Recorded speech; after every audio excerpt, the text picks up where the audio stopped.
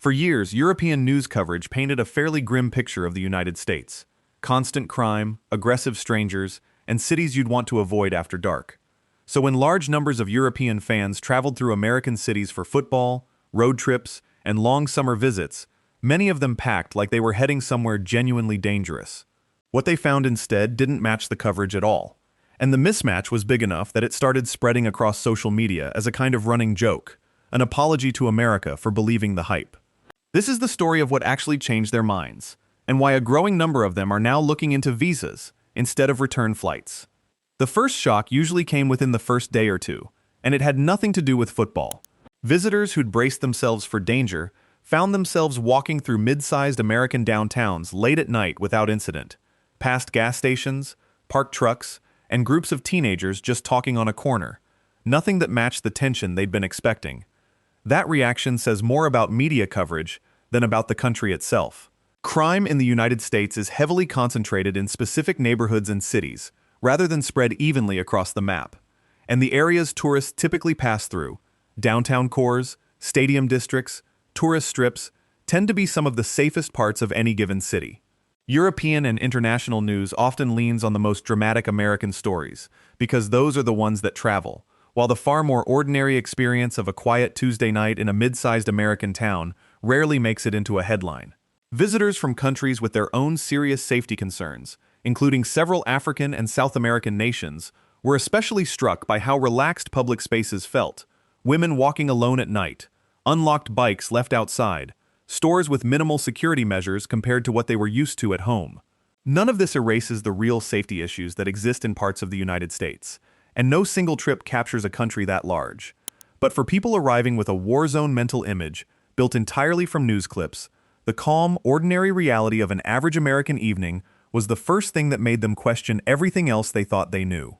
Several travelers filmed themselves walking through downtown areas well after midnight, narrating the experience almost in disbelief, pointing out unlocked delivery trucks left overnight, convenience stores staying open around the clock with barely any visible security, and pedestrians simply going about ordinary business without anyone paying them much attention at all.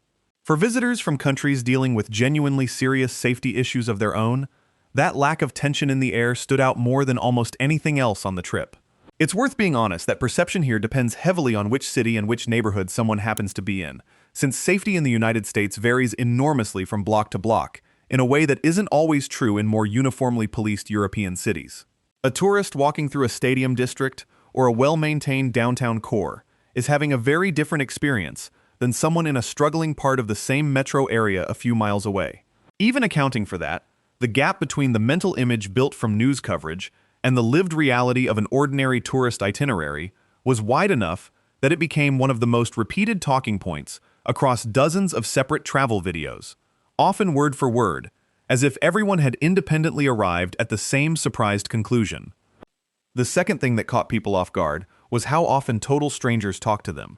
In a lot of Northern and Central Europe, small talk with strangers is genuinely unusual, and striking up a conversation in an elevator or a checkout line can come across as odd rather than friendly. In much of the United States, especially outside the biggest coastal cities, that kind of casual warmth is just part of daily life. Cashiers ask how your day is going and actually wait for an answer. Strangers hold doors, offer directions without being asked, and start conversations in line without any particular reason. Visitors from Scandinavia, Germany, and the UK repeatedly described feeling almost disarmed by it at first, unsure whether it was genuine or just a service script, before eventually deciding it didn't really matter which one it was. Southern and Midwestern hospitality in particular became something of a running theme, with travelers describing being invited to family cookouts, having meals paid for by strangers at bars, or getting offered a ride after their car broke down on the side of the road. Some of this cultural warmth is tied to America's tipping-based service economy, where friendliness is directly linked to income in a way it usually isn't in Europe. But plenty of it clearly wasn't transactional at all, since it showed up just as often in gas stations and parking lots as it did in restaurants. For travelers used to more reserved daily interactions back home, that constant low-level friendliness ended up being one of the hardest things to leave behind. A handful of stories in particular kept getting repeated across different videos and comment threads. A stranger paying for someone's meal without leaving a name, a local family inviting an exhausted fan back to their house for dinner after a short conversation on the street, or a driver stopping in the rain to give someone a lift to their hotel and refusing any payment for it. None of these stories were treated as unbelievable exceptions by the people telling them, more as a pattern that kept repeating in slightly different forms wherever they went.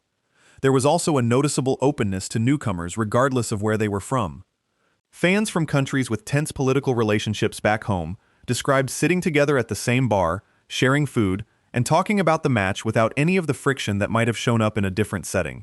Some of that comes down to America's enormous cultural diversity, a country built almost entirely out of immigration, where hearing an unfamiliar accent rarely raises an eyebrow, the way it sometimes can. Whatever the exact mix of reasons behind it, the sheer volume of small, unprompted kindness added up quickly, and it's the piece of the trip that shows up most often in the comment sections of these videos, usually from other Europeans, saying they'd experienced almost the exact same thing on a completely separate visit. Food turned out to be another area where expectations quietly collapsed. Most European visitors arrived assuming American cuisine meant fast food and not much else, an assumption shaped by decades of stereotypes about grease and portion size. What they actually found was a country with deep regional food traditions that rarely get exported abroad. Texas barbecue smoked for half a day until it falls apart without a knife, Nashville hot chicken, Southern biscuits and gravy, and fast food chains like Chick-fil-A and In-N-Out that consistently outperformed European visitors' expectations of what a quick meal could taste like. Ranch dressing became something of a running joke online, an American condiment that visitors initially dismissed as unnecessary, and then found themselves ordering with almost everything by the end of their trip. Portion sizes remained genuinely oversized by European standards. A medium soda in the US is noticeably larger than what most countries call a large, but the actual quality of ingredients in many of these regional dishes surprised people who'd assumed American food meant mass-produced and flavorless. None of this makes American cuisine objectively superior to European cooking, which has its own deep traditions that America can't really replicate either. But for visitors expecting bland and finding regionally distinct, genuinely well-made food instead, it became one more assumption that didn't survive contact with the actual trip. Regional variety turned out to be the real surprise, more than any single dish. Barbecue alone changes completely depending on which part of the country you're in. Vinegar-based sauces in the Carolinas, dry-rubbed brisket in Texas, and sweeter tomato-based styles further north in Kansas City. Each one defended fiercely by locals as the only correct version. Mexican-influenced cooking across the Southwest and California showed up in a completely different register than the version most Europeans had encountered at home, often built around fresh, locally sourced ingredients, rather than a simplified export version aimed at tourists. Even fast food chains that don't exist outside North America, places most Europeans had only heard about through internet culture, ended up drawing long lines of visitors specifically trying them for the first time, filming their reactions the same way people might film trying an unusual regional dish while traveling anywhere else in the world. What struck a lot of visitors most wasn't any single meal being life-changing. It was realizing that an entire country they'd mentally filed under one bland stereotype actually had as much regional culinary identity as any individual European nation, just spread across a much larger area and largely invisible from the outside until you actually went looking for it. Money is where things got genuinely complicated, and also where some of the strongest arguments for staying started to form. A full fast food combo meal in much of the United States can still come in around $6 to $8, a price that looks almost unreasonable compared to what the same meal would cost across most of Western Europe today. Wages tell a similar story in some sectors. Skilled trades in particular, truck driving, construction, and similar blue-collar work can pay noticeably more in the United States than in comparable European countries, partly because of lower income tax burdens and a labor market that rewards specific in-demand skills more directly. That's not universally true across every industry or every state, and cost of living varies enormously depending on where in the US someone actually settles. Coastal cities like New York and San Francisco can be brutally expensive, while parts of the South and Midwest remain considerably cheaper than most of Western Europe. Housing costs follow the same pattern. A similar amount of money that buys a small apartment in London or Paris can often buy a full house with a yard in Texas or Georgia. For European visitors doing the math on their own finances, seeing how far the same income could stretch in the right part of America became one of the more practical reasons some of them started looking into work visas instead of simply going home and telling stories about the trip. It's worth adding some balance here, because the American system comes with trade-offs that don't always show up in a 2-week vacation. Healthcare in the US is tied to employment, in a way that doesn't exist in most of Europe, and a serious medical emergency without adequate insurance can be financially devastating in a way it simply isn't under most European systems. Paid vacation time is far less generous by law, and a lot of workers get by on a fraction of what's standard across the EU. None of the travelers glossing over America's cost advantages were unaware of this trade-off, and several openly said they'd factored it into their thinking rather than ignoring it. What tipped the scales for some of them anyway was a simple comparison of take-home pay against everyday costs: rent, groceries, fuel, eating out, especially outside the most expensive coastal metro areas. For someone working a skilled trade or a specialized technical job, the version of America available in a mid-sized southern or midwestern city looked considerably more affordable than what the same profession would pay for in a comparably sized European city, once taxes, national insurance contributions, and local cost of living were all factored in. Beyond money and food, several visitors described something harder to put a number on: a general sense of personal space and freedom from judgment. American homes tend to be considerably larger than their European equivalents, and that extra space showed up in daily life as fewer of the small compromises that come with cramped apartment living: more storage, bigger kitchens, less noise from neighbors through thin walls. There was also a cultural difference in how people expressed themselves. Visitors from the UK in particular noted that flying a national flag outside your own home is sometimes treated as politically loaded or even discouraged there, while in the US, it's an ordinary, largely uncontroversial part of the landscape, on porches, on trucks, outside small businesses. That same relaxed attitude extended to personal appearance and lifestyle choices more broadly. Several travelers described feeling less scrutinized about how they dressed or acted in public than they did back home, where smaller, denser communities can carry a stronger sense of everyone knowing everyone's business. None of this is unique to America, and plenty of European countries have their own strong traditions of individual freedom and privacy. But for visitors coming from more densely packed, socially reserved parts of the continent, the combination of physical space and social space felt like a genuine shift, not dramatic, but persistent enough that several of them mentioned missing it almost immediately after getting home. Part of it seemed to come down to how little friction there was around starting something new. Several visitors described conversations with Americans who'd changed careers entirely, started a small business out of a garage, or moved across several states without any of it being treated as an unusual life decision worth commenting on.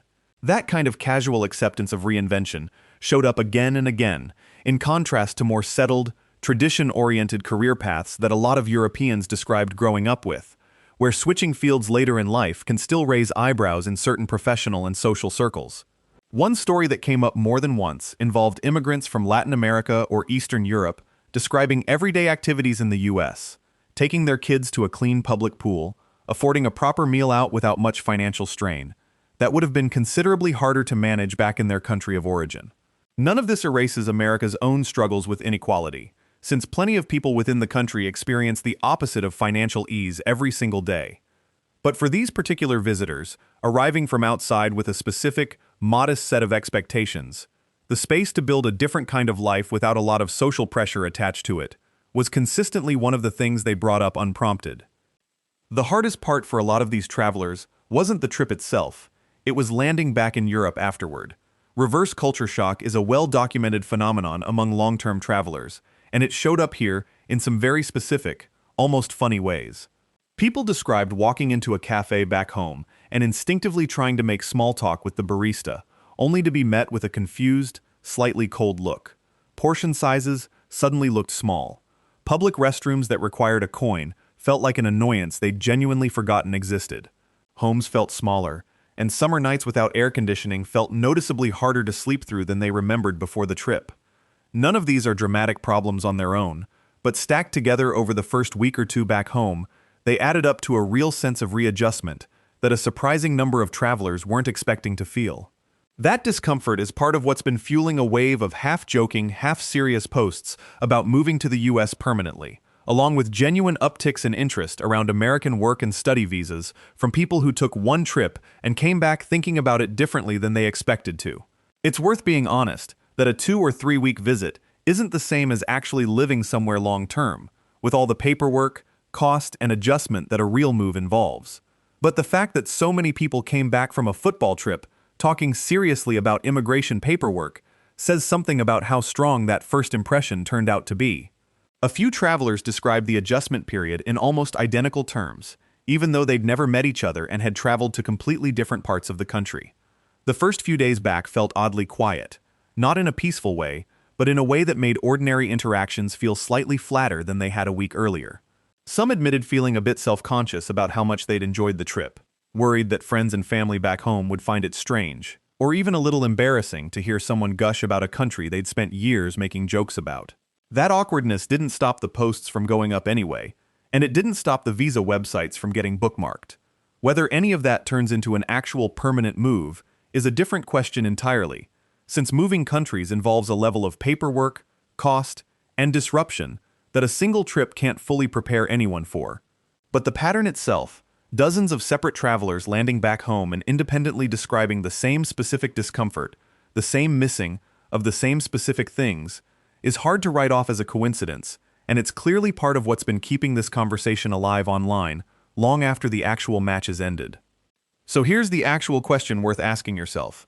Between smaller portions and colder small talk back home, or bigger everything and constant conversation with strangers in America, which one would you actually choose to live with day to day?